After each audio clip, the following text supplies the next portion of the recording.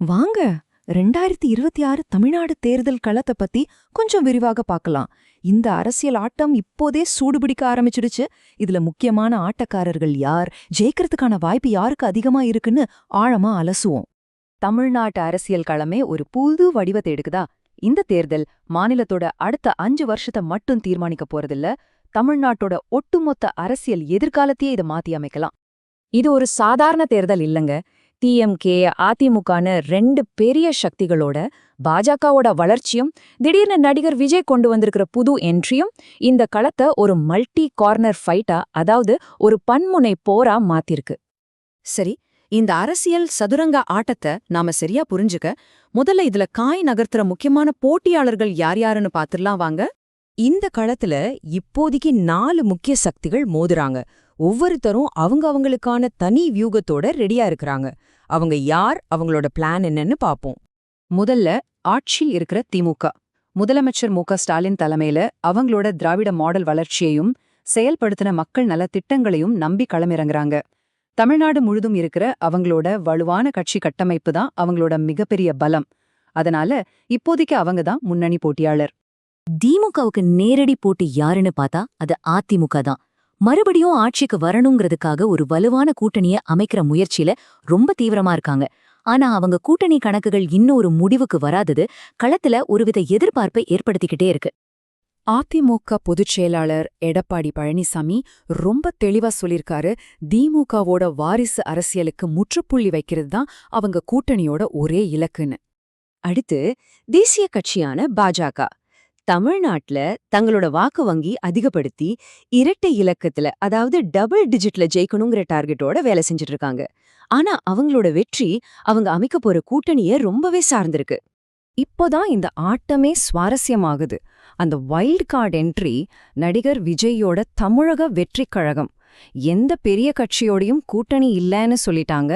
இவங்களோட வருகை பாரம்பரியம் ஓட்டு வங்கிகளை, குறிப்பா இளைஞர்களோட வாக்குகளை சிதறடிச்சு பழைய அரசியல் கணக்குகளை மொத்தமா மாத்தி போட வாய்ப்பு இருக்கு. ஓகே, போட்டியாளர்கள் யார் யாருன்னு பாத்துட்டோம். ஆனா இந்த தேர்தல்ல யாரு ஜெயிக்க போறாங்கங்கறத தீர்மானிக்க போற முக்கியமான தேர்தல் கணக்குகள் என்னென்ன, அத பத்தி கொஞ்சம் ஆழமா பார்க்கலாம்.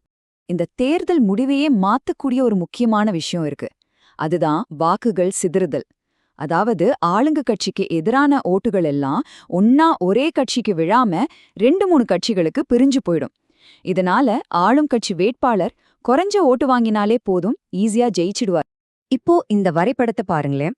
தவிக பாஜகவோட வாக்கு சதவீதம் பாக்குறதுக்கு கம்மியா தெரியலாம். ஆனா இங்கதான் ஒரு முக்கியமான ட்விஸ்ட் இருக்கு. இந்த வாக்குகள் பெரும்பாலும் ஆளுங்கட்சிக்கு எதிரான வாக்குகள். இது அதிமுகவுக்கு கிடைக்காம இப்படி சிதறும்போது அது நேரடியா திமுகவோட வெற்றிக்கு உதவுறதுக்கான வாய்ப்பு ரொம்ப அதிகம். இதுதான் வாக்குகள் சிதறுதலோட நேரடி விளைவு. இப்போ களத்துல ஒரு பெரிய இழுபறி நடக்குது. ஒரு பக்கம் அரசாங்கம் மேல இருக்கிற அதிருப்தி வாக்குகளை எதிர்க்கட்சிகள் நம்பி இருக்கு. இன்னொரு பக்கம் ஆளும் திமுகவோ தங்களோட நலத்திட்டங்கள் அந்த அதிருப்தியெல்லாம் சரி செஞ்சு தங்களுக்கு ஓட்டா மாத்தி தரும்னு நம்புறாங்க. இந்த 2ல எது ஜெயிக்குதோ அதுதான் தேர்தல் முடிவை தீர்மானிக்கும். ஓகே, இந்த காரணிகளை எல்லாம் வச்சு பார்க்கும்போது தேர்தல் முடிவுகள் எப்படி இருக்கலாம்? ஒரு 3 சாத்தியக்கூறுகளை பத்தி பார்க்கலாமாங்க. முதல் சினாரியோ, இதுதான் நடக்க அதிக வாய்ப்பிருக்குன்னு பலரும் சொல்றாங்க.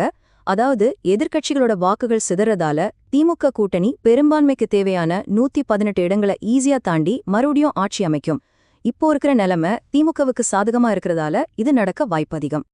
இரண்டாவது சாத்தியம், தொங்கு சட்டமன்றம். இது நடக்கணும்னா அதிமுக கூட்டணி ரொம்ப வலுப்பெற்று அதே சமயம் தவிகையும் கணிசமான இடங்கள்ல ஜெயிக்கணும். அப்படி நடந்தா எந்த கட்சிக்கும் மெஜாரிட்டி கிடைக்காத ஒரு நிலைமை உருவாகும்.